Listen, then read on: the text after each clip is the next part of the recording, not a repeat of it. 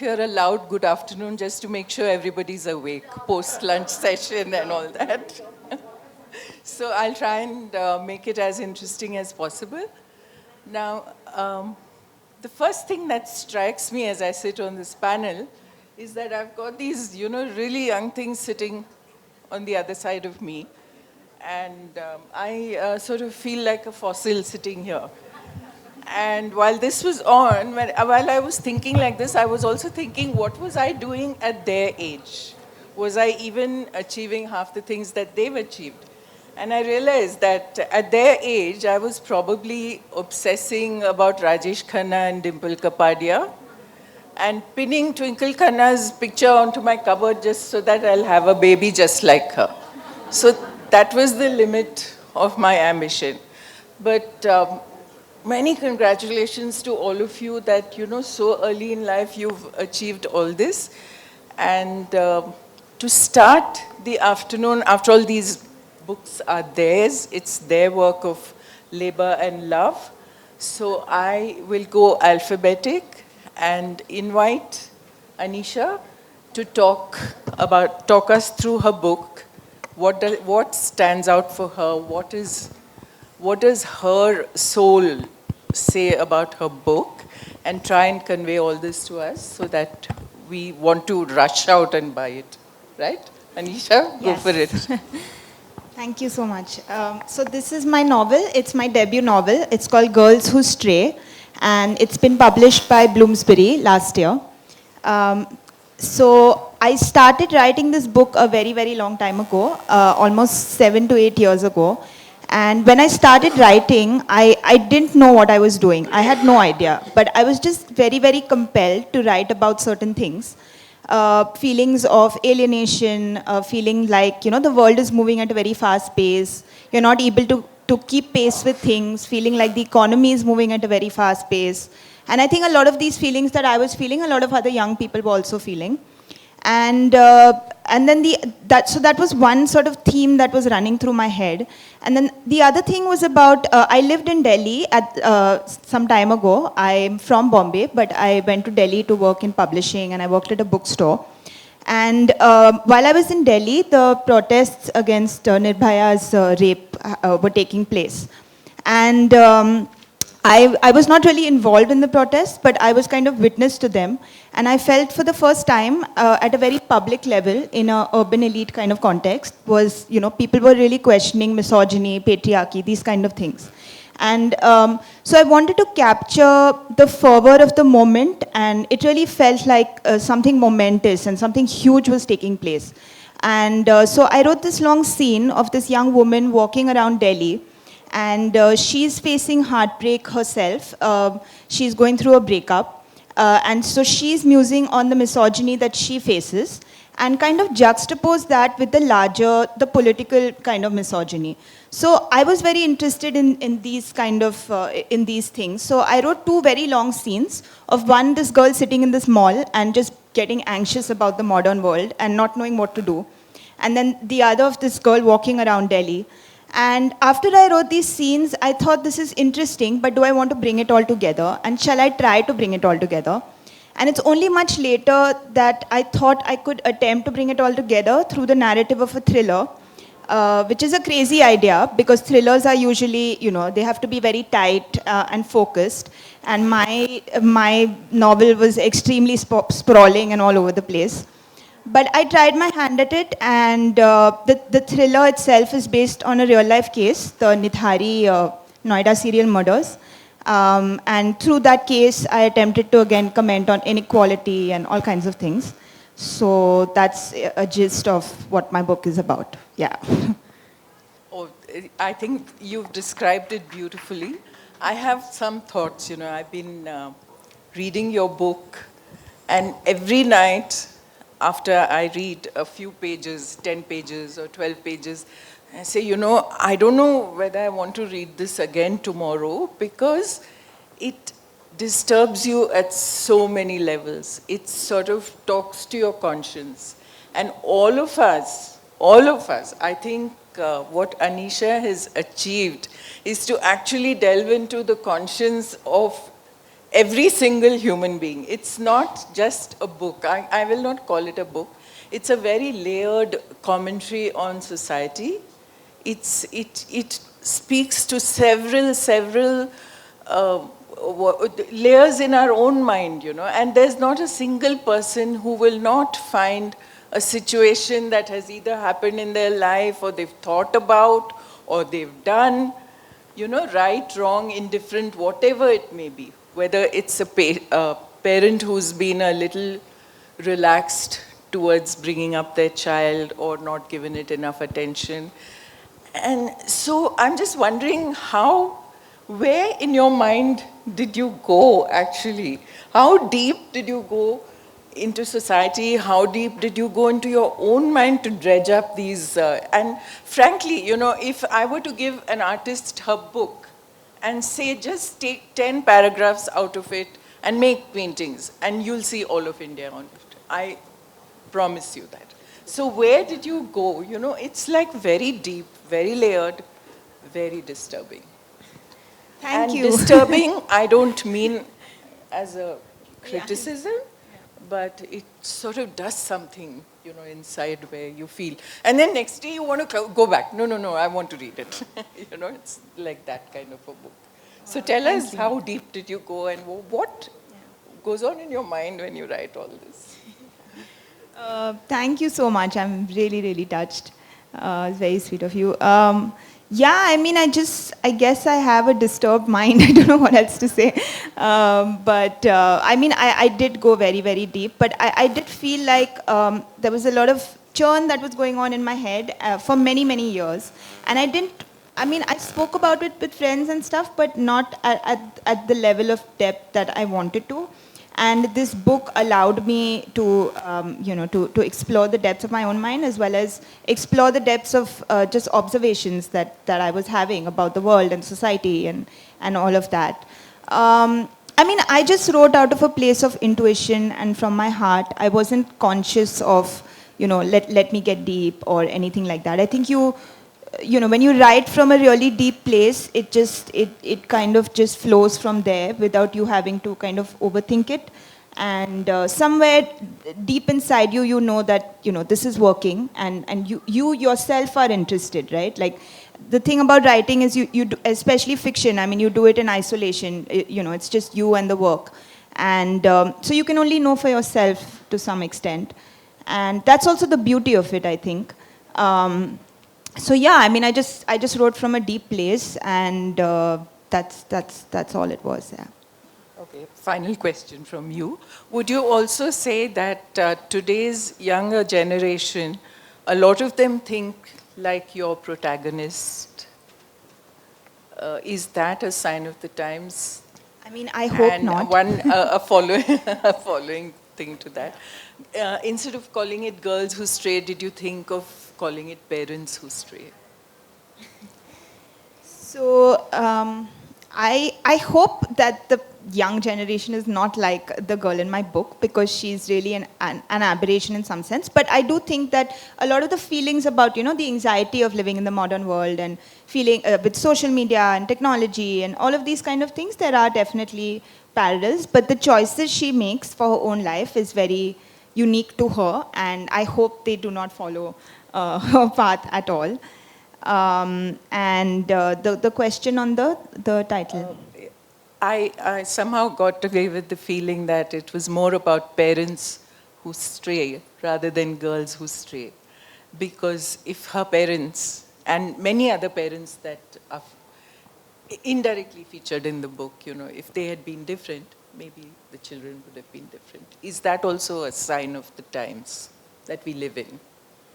Is it just a stray thought that struck me? I mean, you can choose to answer it or not. I don't think it's about parents who stray. I just think it's about this girl who strays. And stray also has different connotations in my book. Yeah. So in the sense that this girl gets involved in a double murder and then nothing happens. So she strays in a very obvious sense. She strays in the sense that she walks around, the streets of Delhi. She goes traveling around. She's on her own. So she's straying in that sense. I didn't really write it from the perspective of the parents. I guess because, like you mentioned, you are a parent, you're reading it from that lens, right? But I didn't write it from that perspective at all. Yeah. Okay, but well done.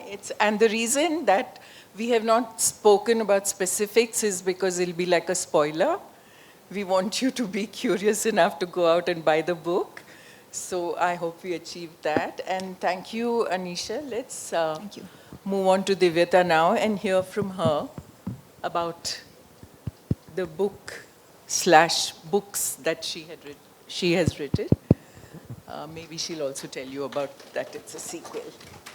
Thank you so much, Bharti, and it's a great pleasure for me to be in Mysuru after very, very many years. I grew up in Bangalore, and I have spent the last 25 years of my life living outside India, in the UAE, in Dubai specifically. So for me, I think the writing has been a way, it gave me wings, but then I feel the writing has also brought me home in so many ways. And I think that's so true of every single journey and everything that we describe. So I'm a banker turned author. That was my profession. I write honestly from a happy place. There was nothing particularly going wrong in my life or anything too dark or distressing, I have to say. But at the same time, I think that's the thing about creativity. I was sitting there in my day job in my office, and I had this burning need to put the city that I lived in. I think we've all heard about Dubai. And I felt it's this, this lovely glittering stage, and everybody has a version of, so what really goes on there? What is contemporary life like in 2025? What kind of journeys? What are people like you and me, and even the Swish set, as we call it, what are their lives? Are they truly as perfect as we sometimes like to sort of, connote, and it's there? And that, having lived there, I think when you live in any place for that long, and of course, given my profession as well, it gave me a chance to really look at the somewhat ugly and gritty underbelly of all that's glamorous and great in the city of gold, as we call it, Dubai. I have to say that that's what brought me really to If You Only Knew Me. Female protagonists, I think we all have that in common, strong female, flawed females, frail female, but female protagonists, so to say. And the story is really about friendships. It's about that journey. It's about these women and how they forged the connections with the other women. And yet it's about, as a place, Dubai and an expatriate life is extremely transient. And that somehow struck me, the impermanence. The fact that even when you're in the moment and everything is so fabulous, sometimes it's quite possible that no one tells you that the party is over and it's time to go home. And those emotions stayed with me in If You Only Knew Me. So that was the first book. And I wrote a book in between, which is, of course, on another theme, because it was very well received. But then The Secrets We Keep is actually a standalone work, but also a sequel, so to speak, of as the journey continued for the women that, thankfully for me, my readers really connected with. And I think that's the thing, is that as writers, we always hope that if you are interested enough when you're watching something or you're reading our books, when you start to follow their journeys, then they become these people that we have in our minds and in our heart. And we live with them for a great period of time before we actually, they're brought out here. So I think those stories, the continuation of that journey, I'm happy that The Secrets We Keep was something that readers just drove me and said, there's got to be next. And so it's interestingly about, if you've gained everything, you've attained the pinnacle of success, and then suddenly overnight it disappears. You're forced to reinvent yourself. And in The Secrets We Keep is about chapter 2. How do we get back? And how do you do that? And how do you reconstruct? So that's not so much in a nutshell, but that's what it's all about. No. Thanks a lot for that. You did say that this is a standalone book, but I had a question. You also call it a sequel. So if a person goes out and buys just The Secrets We Keep, are they going to get a complete read, or is it that, oh, but I want to know who Sakina was, or I want to know, will it leave them with the feeling that they should have bought the first book as well, or they should read the first book as well? Because, and the second follow-up to that question is that, were you a little afraid of writing a sequel? Because we know that when Gone with the Wind, which is like, I don't think there's anyone in the world who doesn't know about it. The sequel of Gone with the Wind flopped miserably. Underwhelming. Yeah. So, did you have that concern? And can the readers get a complete story if they buy only this? I think that's a very fair question, Bharti, and let me try and answer it as honestly as possible. The first book was really, as I said, extremely organic. I know it's hard for people in today's day and age to believe this, but typically creative output is not only driven by success or failure or the number of copies sold or a statement made or anything else. It's merely a means, and at least for me, most certainly so, self-expression. It was a story that I felt I needed to tell. Now, if you love the story, it becomes ours. If not, it's still mine. So that has never deterred me. But coming to the sequel, I think, the first one really has a central plot, and it is really, in that sense, a murder mystery. And that I felt, so you can, writing the sequel, no one ever told me, by the way, it's my first sequel, if I can say that, it's contrary, but was torturous because, like you said, I owe it to you that you should, if you want to, just pick up the one book, and you should not feel the burden of. But at the same time, I'm desperately hoping that, yes, you will love it, and you will want to know what happened to her, because that's a double sale for me. So, and that's how Amazon Prime is going to put it out as well. But, you watch pilot episode, you love a season. I have to be honest that the first story was loved by OTT as well. You may possibly, hopefully see it in the future on Netflix. That's the way content goes nowadays, and it's a journey that people want. So as far as the book is concerned, there's a prologue, which I think sets into context exactly time and place where you are, and sort of alludes to the women and what has happened, and then we go forward. I think the interesting thing, though, is that the story is not really a continuum. There are fresh twists, there are fresh angles, there's a fresh way of looking at a friend who went into exile. So all of that is brand new, and you do feel, even if you are reading it for the first, you're reading it and you haven't read the first book, other than going into the diabolical, obviously, with a plot, you cannot give any spoilers. That was the twist. But there is a fresh twist, and it doesn't always have to be a murder or a crime, but there is a twist that I think is quite shocking towards the end, and I love this nuance of, everything is not as simple as it seems. And there are always, even if you don't see it at first, layers of complexity.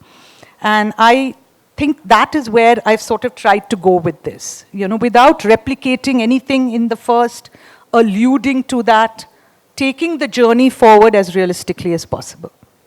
I can't wait to get a copy. I hope the audience feels the same.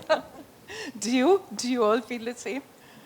So, yeah. Now, can we sort of go, two and then one, or do we have to buy one and then two? Can be either way. To make it easier, really, for readers, we are about to drop a second edition of If You Only Knew Me. It was written a while back, so it was written actually in 2018. I never expected it to really have that success that it did. But I suddenly, when this has happened, and now this is obviously 2025, COVID happened, everything else. So we're bringing out a second edition of If You Only Knew Me. It will be a bundle offer, which will make it easier for readers at least, where you will get a preferential price on the duo, as we typically do with, if it's, you buy it together. But you're most welcome to, of course, as I said, you will not, I think, feel in any way deprived if you don't, buy the two. And it's not necessary that you... That's very helpful to know. Thank you. Thank you for that wonderful portrayal of your book. We'll come to Shalini now. A little bit about her book, because if there's ever a rainy day when you want to have pakoras and sit and have a, a very endearing, lovable book that you want to just read very easily without, that's her. And Shalini, will you please talk about your book? Hello, everyone. Is it on? It's working. Hello, everyone. I'm super delighted to be here at the Mysuru Literature Festival, 9th edition, and to be speaking to all of you. So my novel is called Confessions of an IT Employee. Confessions of an IT Employee is an inspirational romantic comedy. The story is set in Bangalore, and it revolves around the lives of 4 characters who are juggling between their personal lives and their professional lives, but they're trying to find their true calling or their passion. So it's more of a satirical take on all the ups and downs that we face in our day-to-day lives, as well as in the corporate world or any organization at large. So the characters of the book are Sanchita, Bhumija, Alisha, and Nishant.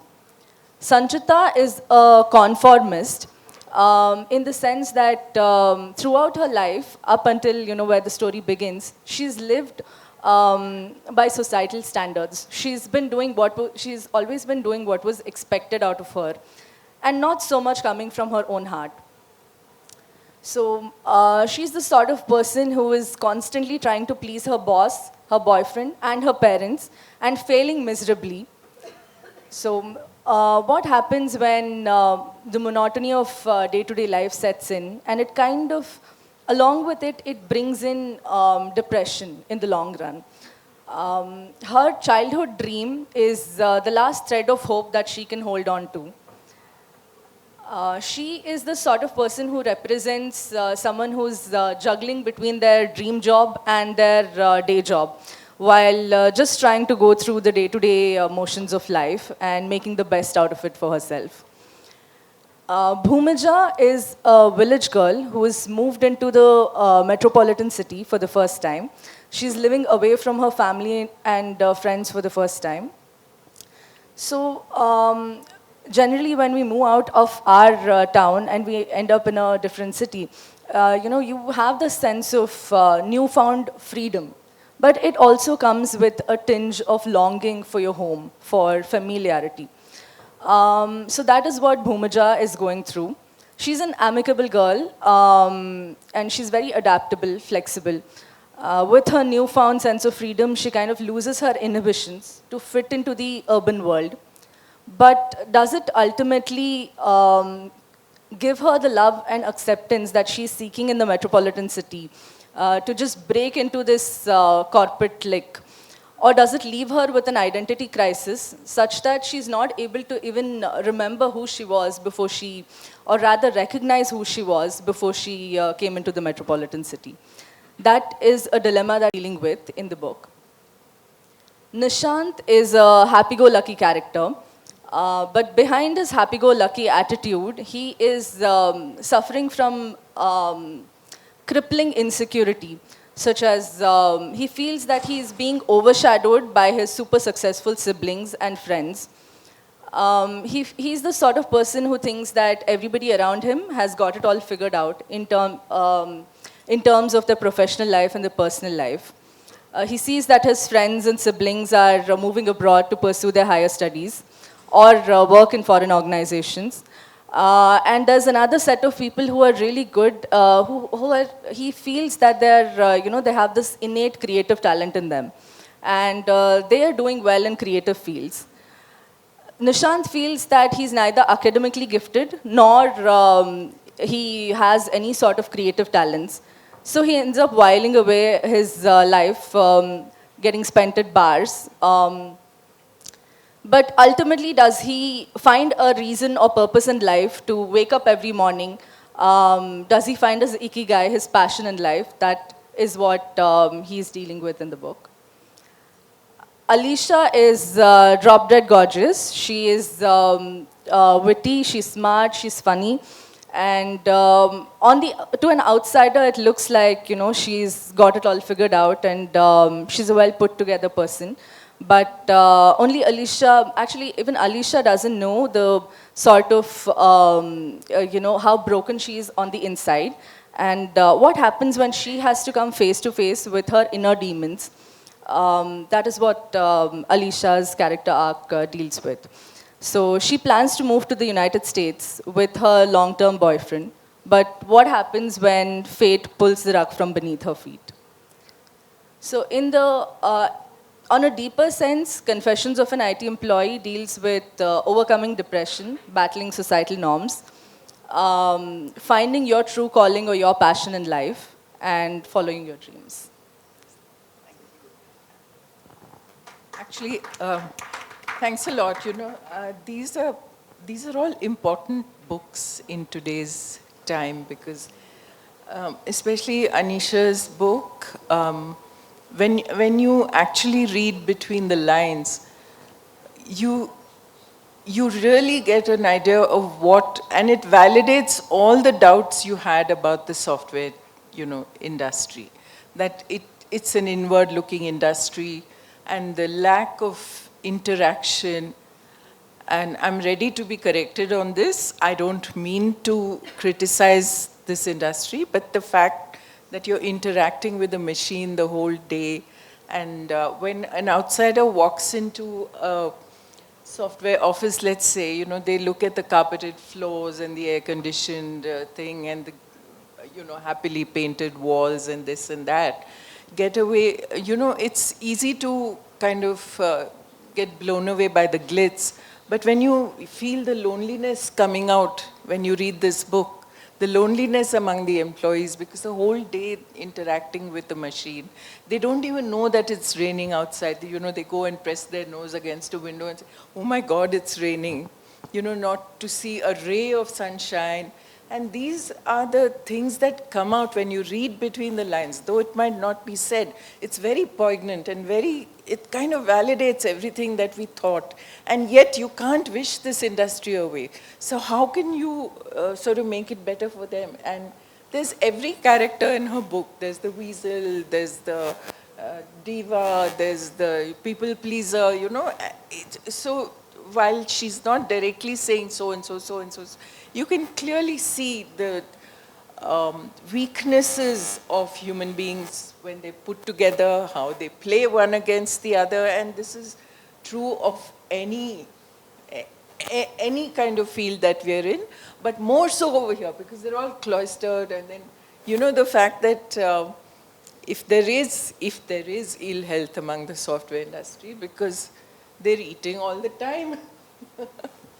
They've got so many choices that whether it's pizzas or ice creams or whatever it is, they're eating all the time. So just as Anisha's book is so important to recognize what the kind of challenges that youngsters are facing today in terms of their own identity crisis, their sexual agencies, you know, whatever you call it. And being, I'm sorry, I could not read Divyata's book completely because it was not yet printed. But sir, I've been extremely nervous talking in front of you, Mr. Manishankara here, because I was like, I mean, what is he going to think? Because he's such a fantastic speaker himself and he's so knowledgeable. So thank you for listening so patiently and being so engaged with the conversation. I thank you very much. So these are important books, and I would definitely recommend that people go out and actually read them. And I'm being told there's 10 minutes. We'll just talk a little and get to know a little from our co-panelists on what they think about the social relevance of writing today in the face of competition we have from AI, from TED Talks. I don't know whether we can put them on the same platform because a TED Talk is a TED Talk.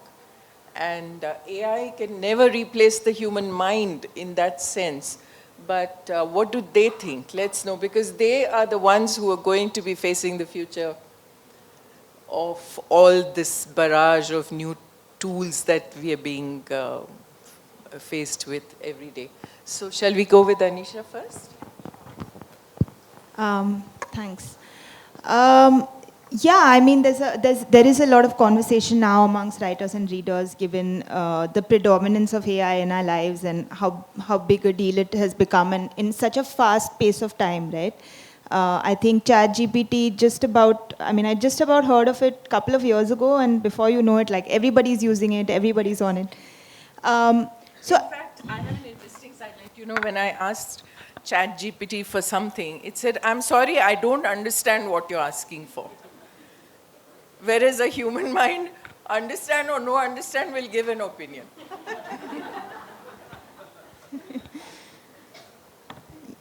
yeah, so I think from a writing perspective, I mean, really for writers, the pleasure and the joy and the point is in the writing, right? Like, and if you're going to take that away, and if you're going to outsource it to ChatGPT, then what's the point, you know? And also, yeah, it's just crafting beautiful, complicated, meaningful sentences one after the other. That's what gives me most pleasure in the world. And if I were to ask ChatGPT to do it for me, then really I would rather just not do it. I mean, I think at the end of the day, we are all individual human beings, and if you write from a place deep inside you, there's nothing that can replace that. And large language models just kind of pick up on what already exists. And the good art is in some ways it's trying to break norms. It's a novel is called novel because it's new, right? It comes from the word novel. So that's what I believe. With every novel, you have to try to do something new and novel. And no AI will ever be able to, to take the place of that.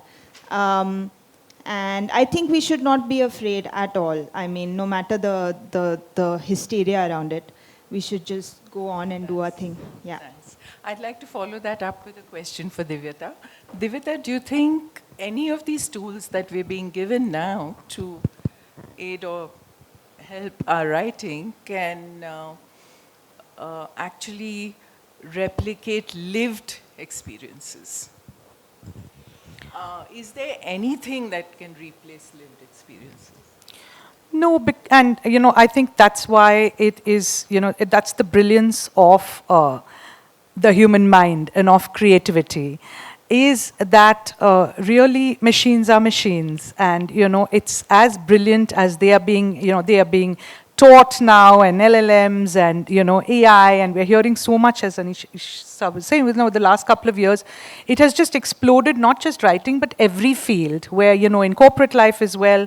You can't deny that they've made our lives so much easier in so many ways. But I think when it comes to literature and when it comes to writing, and why would a writer even write, as Anisha said, I think people have to understand, and this is what machines don't possess, is there is a passion, there is an emotion there is a thrill. When we are thinking again and again and again, those twists don't just come with the press of a button. It comes because we ourselves are reframing those 100,000 times. And I think that's the pride and the joy that we feel when we actually have the book out here. And nothing can ever take that from us as long as human beings exist. And I think that is honestly why Bharathi, for me, it's that, it's that love for it. And it's not just a thing to be done, which is the big basic difference between a machine and how a human being approaches these projects. So It's 2 out of 3 who are not I think afraid. there's a lady with a hand up. Can I just have her opinion, and then will your question suffer if it's asked later? It was just about this subject. Yeah, I just. Sure. So when it comes to Shalini, she's probably the most qualified to answer this because she's working with tech day in and day out. So how afraid are you that your skills as a writer will be undermined by all these tools that are now being made available? Then we'll probably even have somebody who's never gone to school or whatever turning out a novel. Is that possible? So the primary purpose why we read books and why we write books is, at least fiction, is to be entertained. And while you have, different forms of entertainment, like there's good content that's being produced on the OTT platforms, and there's addictive content on reels, on social media, yet it's not, yet reading, the pleasure of reading is something entirely different. It's a completely different sort of entertainment in the sense that when anybody reads a book, yes, a writer is painting a picture for you with all the words and the descriptions, but it evokes a sort of emotion and sensation in you when you read that book. You, as a reader, you're filling your, what do you say, the words are kind of forming a picture inside your head. And like they say, no two people read the same story. Even if you're reading the same book and you're on the same page and the person sitting next to you, the image that they have in their mind, the colors, the senses that are evoked in them is completely different from what you have picturized that part of the scene of the story to be. So in that sense, it's very, reading is a very personal form of entertainment. And no other form of entertainment can replace the pleasure of reading. And coming to your question about whether AI can replace writers, I think that's not possible because when a writer writes a book, like you've read, when you read a lot of stories, you will realize that each writer has a unique voice, a style of narration, the way they put words together. It's not the same when it comes to AI. So if you've read, your favorite author, if you can just read a paragraph, which is given to you anonymously, you will be able to recognize that this is written by this particular author, right? Because you've read that author and you've seen that there's an inner, what you call, I would like to call it like an author's signature that is all over the book. Whether they're intended, like it's not intentional, but it's something that innately happens when you're writing. And that is something that AI would never be able to reproduce because while, at the moment you don't have AI which is at that level, which can compete with the human mind and, produce content. But maybe in the future, even if it's able to imitate or mimic an author's voice, it would never be able to replace it. Because as a reader, you would be able to pick it up right away and say that this is something didactic and boring and it's kind of replicated, but it's not the original voice that you read. And the whole reader and writer connection is kind of lost. So you read a book because you feel connected to it, connected to the characters, to the writer. So that is something that would be lost if AI would be able to replace. But I don't think AI would. Absolutely, I agree. I agree. Ma'am, would you like the mic? It's on? Okay. I think you all seem to be saying that Chat GPT or AI is creatively stupid. But can you imagine a scenario a few years later? Asimov spoke about it. I hear that machines, bots are telling human beings, I love you. There are dolls, bots. Maybe one day you might get a book from the point of view of an AI machine that is able to imagine. So what is your thoughts about that? Who wants to take that? Shall I take it? Yeah. I'd love to read a book written by AI. I'd actually welcome it. Because then it'll tell me that AI too has a mind. Yeah. It's tough. It's tough, but if it happens, who knows what's going to happen 20 years down the line? It might happen. And if that happens, I would love to read it, because I'd love to read the mind of AI. Just one thing that I wanted to add, ma'am, in case I was misunderstood or we were misunderstood, that, I absolutely don't think that AI is creatively or in any other way stupid. I think AI is possibly, it is every day we're realizing how brilliant AI can be.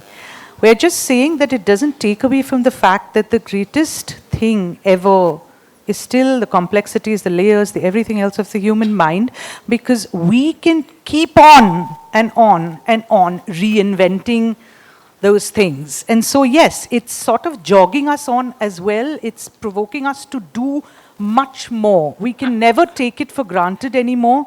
We never sit back. We never even look at that big, dark, grey cloud. We just challenge our own minds. And I think, frankly, if that is a good thing, as far as we are concerned. And tech is always welcome. So thank you very much for being such patient listeners. And Can I ask one more question? I'm sorry, could we take that question outside because we have the next panel coming? I'd just like to thank you guys.